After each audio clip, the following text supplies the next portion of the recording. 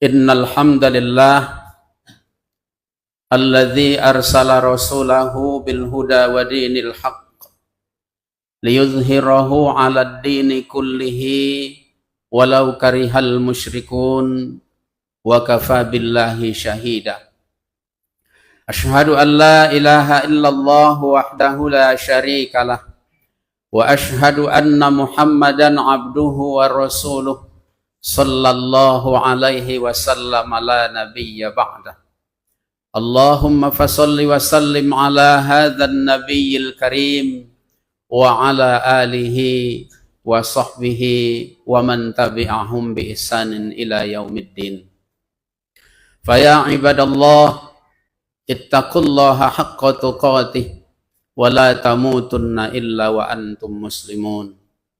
فقال الله تعالى في كتابه الكريم أعوذ بالله من الشيطان الرجيم بسم الله الرحمن الرحيم إنما كان قول المؤمنين إذا دعوا إلى الله ورسوله ليحكم بينهم أن يقولوا سمعنا وأطعنا وأولئك هم المفلحون صدق الله العظيم.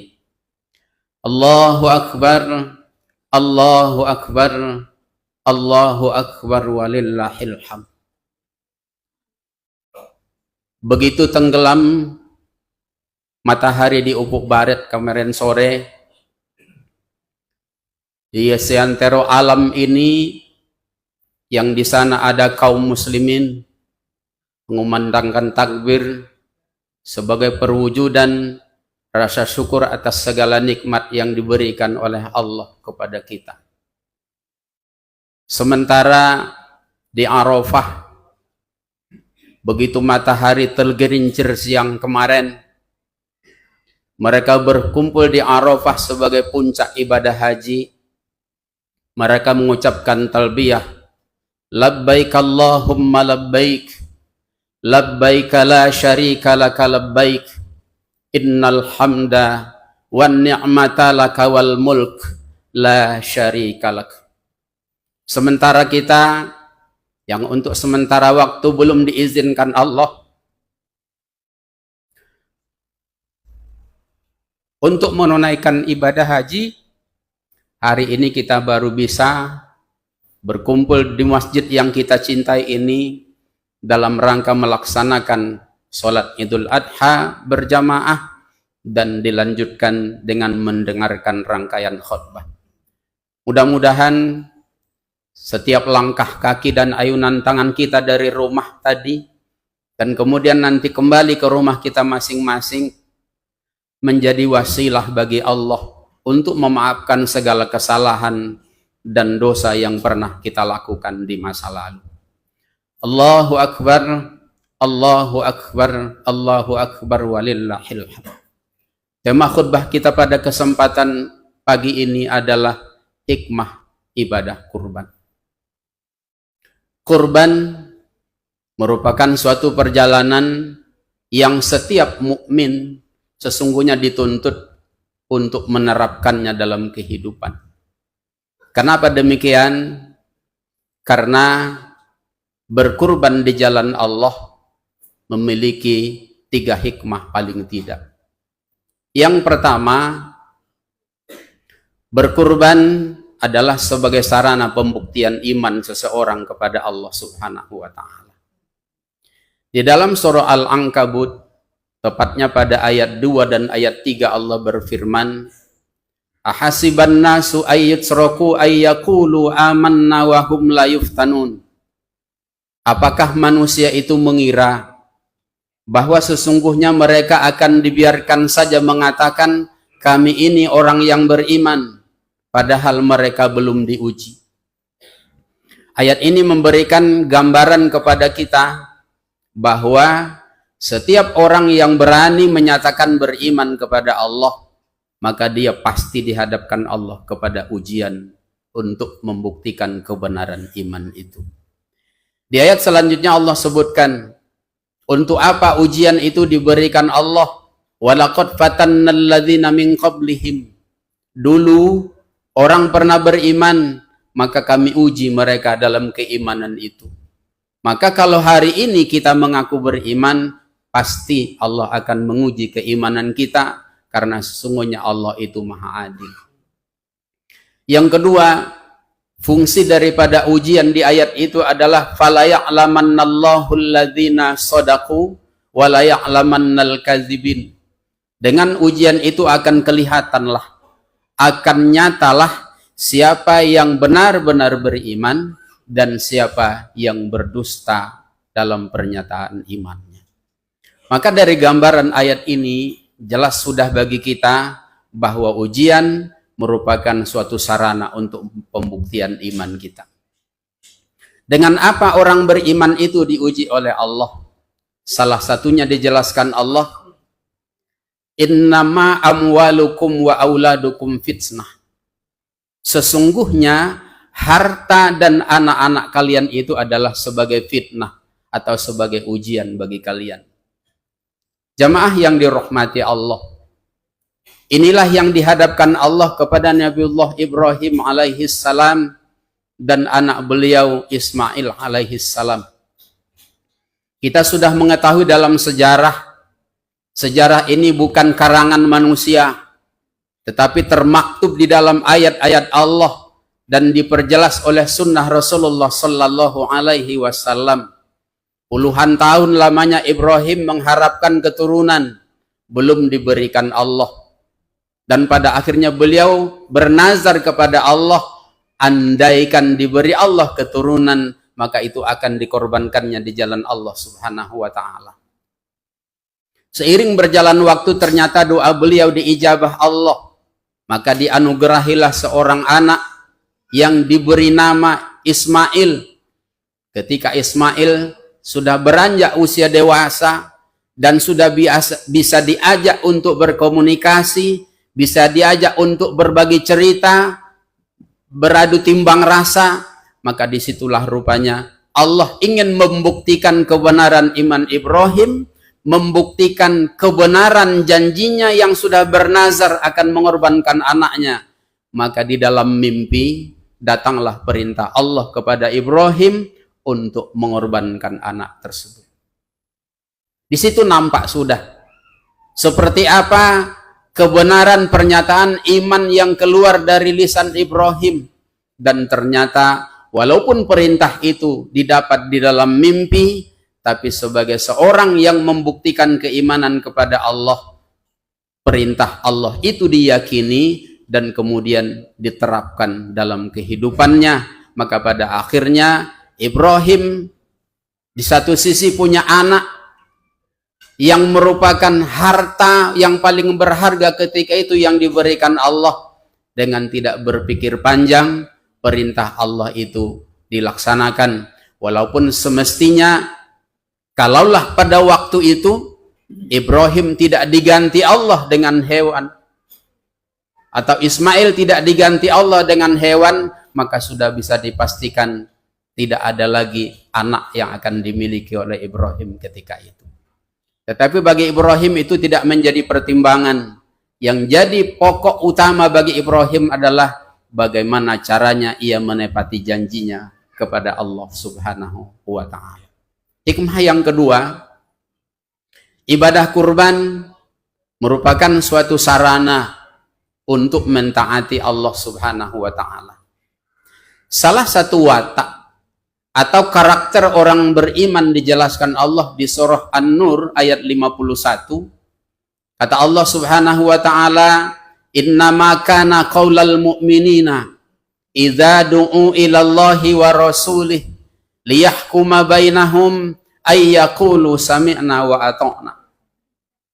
Sesungguhnya hanya orang-orang yang berimanlah yang mengatakan apabila mereka dipanggil kepada Allah dalam makna melaksanakan perintah atau meninggalkan apa yang dilarang Allah, dipanggil kepada Rasul dalam arti melaksanakan apa yang diperintahkan oleh Rasul dan meninggalkan apa yang dilarang oleh Rasulullah. Prinsip orang yang beriman di ayat itu adalah sami'na wa ata'na, kami dengar dan kami taat.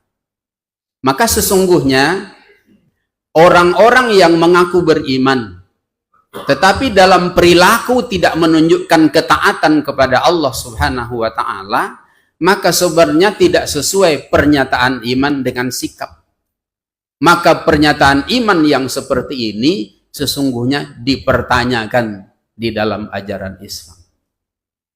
Oleh sebab itu, Rasulullah sallallahu alaihi wasallam menjelaskan, "Man kharaja yadam minat ta'ah." Siapa saja yang telah keluar dari ketaatan, faqad khala'a ribghatal Islam min unukihi, maka sungguh telah lepas Islam dari lehernya. An shalla wa shoma wa za'ama annahu muslim. Meskipun ia salat, meskipun ia puasa dan masih mengaku sebagai seorang muslim. Hadis ini menunjukkan kepada kita, orang yang salat sesungguhnya belum tentu taat kepada Allah. Orang yang puasa sesungguhnya belum tentu taat kepada Allah. Orang yang punya KTP Islam pun sesungguhnya belum tentu orang yang taat kepada Allah Subhanahu wa taala. Oleh sebab itu saudaraku seiman, jika memang serius pernyataan Islam yang keluar dari lisan kita itu bukan karena kita keturunan orang Islam, tapi betul-betul keluar dari hati nurani kita yang paling dalam, maka buktikan bahwa kita adalah orang-orang yang siap taat dalam melaksanakan perintah Allah dan Rasul, siap untuk taat meninggalkan larangan Allah dan Rasul. Dalam kondisi apapun, maka aslama yang merupakan sifat yang dimiliki oleh seorang muslim dijelaskan Allah di surah Ali Imran ayat 83, aslama kepada Allah itu harus dalam kondisi tau'an wa karhan. Dalam kondisi suka kepada aturan Allah harus kita taati, dan dalam kondisi kita tidak suka terhadap aturan Allah pun juga harus kita taati. Demikianlah watak mukmin yang sesungguhnya.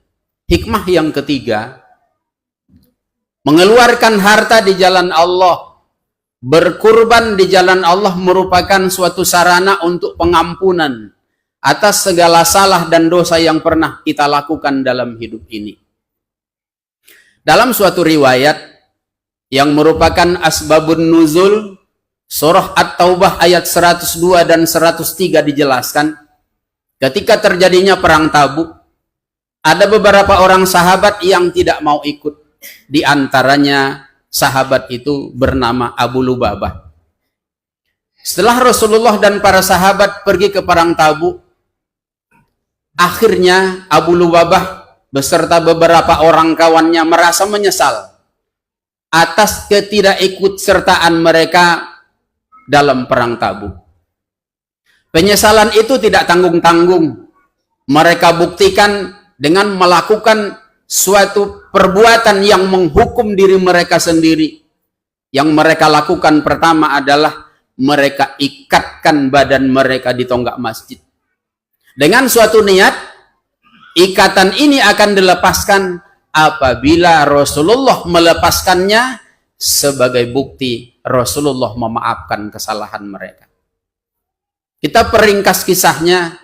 Begitu Rasulullah dan para sahabat yang selamat di perang Tabuk kembali ke Madinah. Kemudian Rasulullah melihat bahwa ada seseorang yang terikat di tonggak masjid. Maka Rasulullah bertanya, siapa orang tersebut? Maka sahabat yang lain menjelaskan, sesungguhnya dia adalah Abu Lubabah. Dia adalah orang yang menyesali kesalahannya karena tidak ikut perang bersama kita ke Tabuk. Kata Rasulullah, saya tidak akan melepaskan dia kalau bukan Allah yang memerintahkan kepada saya. Oleh sebab itu, Rasulullah memang tidak melepaskan Abu Lubabah dari ikatan itu. Maka pada akhirnya turunlah surah At-Taubah ayat 102. Allah katakan, wa akharuna i'tarafu bi dzunubihim khalatu amalan shalihan wa akhara syai'ah. Kata Allah, ada sebagian manusia yang sudah mencampurkan yang hak dan yang batil. Mana kebaikan, mana yang hak yang mereka lakukan? Mereka beriman, bersyahadah, disaksikan oleh Rasulullah sallallahu alaihi wasallam, dan kemudian mereka mengikuti perintah meninggalkan larangan yang lain yang disampaikan oleh Allah melalui lisan Rasulullah. Tetapi ada yang mereka tidak lakukan ketika diperintah untuk melaksanakan perang Tabuk, mereka tidak ikut melakukan itu. Berarti mereka sudah mencampurkan yang hak dan yang batil. Oleh sebab itu, begitu turun ayat tersebut, barulah Rasulullah melepaskan ikatan Abu Lubabah dari tonggak masjid tersebut. Namun dalam kenyataan, Abu Lubabah dan kawan-kawan belum merasa puas. Kalaupun Rasulullah sudah melepaskan ikatan mereka, mereka belum puas dengan cara yang demikian. Maka mereka mengeluarkan harta yang ada pada mereka itu diserahkan kepada Rasulullah. Lagi-lagi Rasulullah menyatakan, saya tidak akan terima sedikit pun harta kalian apabila bukan Allah yang memerintahkan kepada saya. Untuk selanjutnya, turunlah ayat yang ke-103. Khudz min amwalihim shadaqah tutahhiruhum wa tuzakkihim biha wa sholli alaihim inna sholataka sakanal lahum. Di ayat itu dijelaskan Allah, khudz, Rasulullah, ambillah sedekah min amwalihim dari harta mereka. Dengan harta mereka itu engkau sucikan mereka dan berdoalah untuk mereka. Dari ayat ini dapat kita pahami bahwa sesungguhnya kalaupun secara kasat mata Allah menuntut kita untuk mengeluarkan harta di jalan Allah, entah dengan cara berkurban atau dengan cara yang lain, secara kasat mata harta kita itu berkurang. Dan secara kasat mata, sebenarnya yang memanfaatkan harta kita itu adalah orang lain. Tetapi hakikatnya, begitu kita keluarkan harta di jalan Allah, disitulah sebagai sarana Allah maafkan kesalahan kita, dan Allah ampuni segala dosa yang pernah kita lakukan di masa lalu.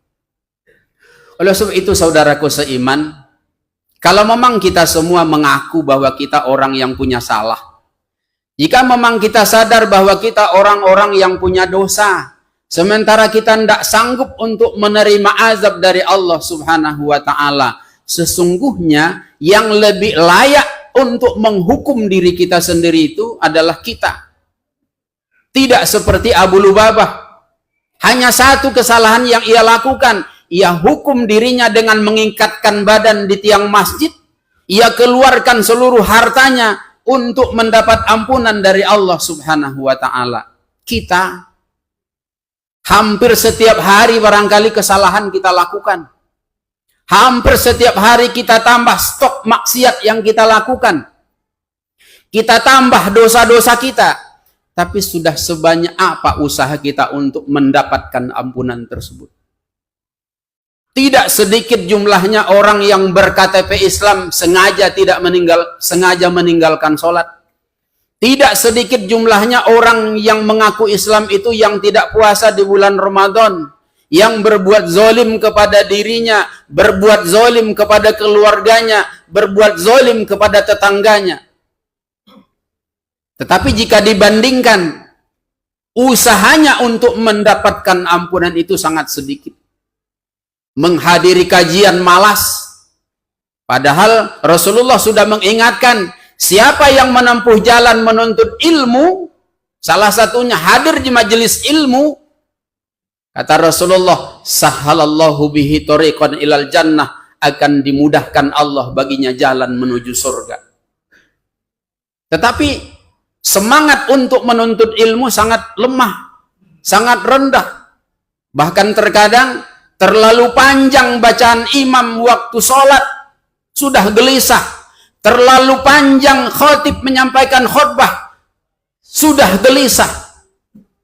Sementara di saat kita menonton YouTube yang tidak bernilai ibadah, di saat membuka Facebook yang bernilai maksiat, berjam-jam tahan kita duduk, tahan kita gunakan mata kita untuk melihat hal tersebut, padahal mata diberikan Allah untuk beribadah, kekuatan diberikan Allah bukan untuk maksiat.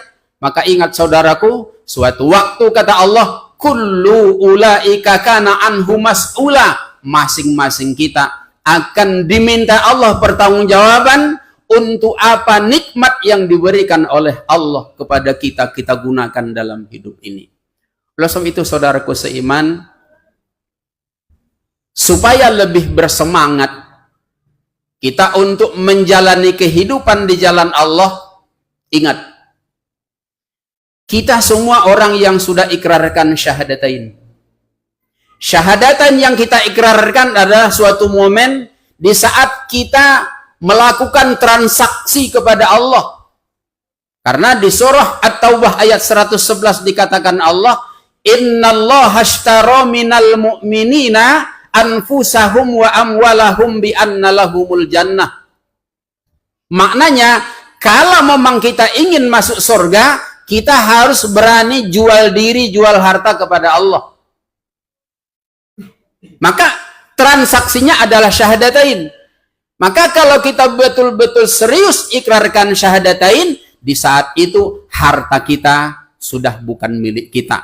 Jiwa kita juga bukan milik kita. Karena itu, maka ketika suatu waktu Allah minta diri kita untuk dikorbankan di jalan Allah, korbankanlah. Jika suatu waktu minta dari Allah supaya harta kita dikorbankan, korbankanlah. Karena sesungguhnya mengorbankan diri dan harta itu sebagai sarana untuk mendapatkan ampunan, agar di akhirat nanti Allah izinkan kita masuk ke dalam surganya. Allahu Akbar walillahil hamd. Maka di ujung khutbah ini sama-sama kita bermunajat kepada Allah. Kita tengadahkan jemari tangan kita, mudah-mudahan seluruh rangkaian kalimat yang khatib pandu untuk menyampaikannya kepada Allah diijabah Allah jika memang itu baik untuk kita. Na'udzubillahi minasyaitonir rajim. Bismillahirrahmanirrahim. Alhamdulillahi rabbil alamin. Assalatu wassalamu ala asyrafil anbiya'i wal mursalin wa ala alihi wa sahbihi ajma'in. Allahumma la ilaha illa antal mannan, badi'us samawati wal ardi zul jalali wal ikram. Allahumma la ilaha illa anta subhanaka inna kunna minadh dhalimin. Rabbana zalamna anfusana wa illam taghfir lana wa tarhamna lanakunanna minal khasirin. Allahumma ighfir lana dhunubana wa liwalidina warhamhum kama rabbawna shighara. Wa li jam'il mu'minina wal mu'minat al ahya'i minhum wal amwat bi rahmatika ya arhamar rahimin. Allahumma ya Allah yang maha menatap, di pagi ini ya Allah kami bermunajat kepadamu ya Allah, menengadahkan jemari tangan kami menghadapmu ya Allah, dari relung hati kami yang paling dalam ya Allah, mengharap keharibaanmu ya Allah. Kami akui banyaknya kesalahan yang sudah kami lakukan ya Allah. Sungguh banyak dosa-dosa kami ya Allah. Sementara kami tidak sanggup untuk menerima azab-Mu ya Allah. Allahumma ya Allah, maafkan segala kesalahan kami ya Allah. Ampunilah dosa-dosa kami ya Allah. Allahumma ya Allah, maafkan kesalahan kedua orang tua kami ya Allah. Ampunkan dosa-dosa mereka ya Allah. Untuk orang tua kami yang sudah kembali kepadamu ya Allah, maafkan kesalahan mereka ya Allah. Lapangkan alam barzah mereka ya Allah. Jadikan alam barzah mereka taman surgamu ya Allah. Jangan jadikan liang nerakamu ya Allah. Jauhkan dari mereka azab kubur ya Allah. Jauhkan azab kubur dari mereka ya Allah ya arhamar rahimin. Untuk orang tua kami yang masih hidup ya Allah, maafkan kesalahan mereka ya Allah. Ampuni dosa-dosa mereka ya Allah. Sembuhkan mereka dari segala penyakitnya ya Allah. Sehatkan badan mereka ya Allah. Berikan kepada mereka ketenangan jiwa dan pikiran di akhir hidup mereka di dunia ini, ya Allah. Sakinahkan hidup mereka dari dunia sampai akhirat nanti, ya Allah. Allahumma ya Allah, jika suatu waktu kau pisahkan kami dengan orang tua kami, ya Allah, di dunia ini, maka jangan pisahkan kami dengan mereka di akhirat nanti, ya Allah. Pertemukan kami kembali dengan mereka di bawah pangkuan rahmat-Mu, ya Allah, ya Arhamar Rahimin. Allahumma ya Allah, untuk kami yang masih hidup dengan izin-Mu, ya Allah, bukakan hati kami untuk menerima hidayah-Mu, ya Allah. Jadikan hati kami hati yang taat melaksanakan perintah dan meninggalkan larangan-Mu, ya Allah. Bersihkan jiwa kami, ya Allah. Bersihkan hati kami dari sifat-sifat tercela, ya Allah. Isilah hati kami dengan sifat-sifat yang mulia di sisi-Mu, ya Allah, ya Arhamar Rahimin. Allahumma ya Allah, jadikanlah anak-anak kami menjadi anak-anak yang soleh dan solehah, ya Allah. Anak-anak yang berguna bagi kami dalam kehidupan di dunia ini dan berguna juga bagi kami dalam kehidupan di akhirat nanti, ya Allah. Allahumma ya Allah,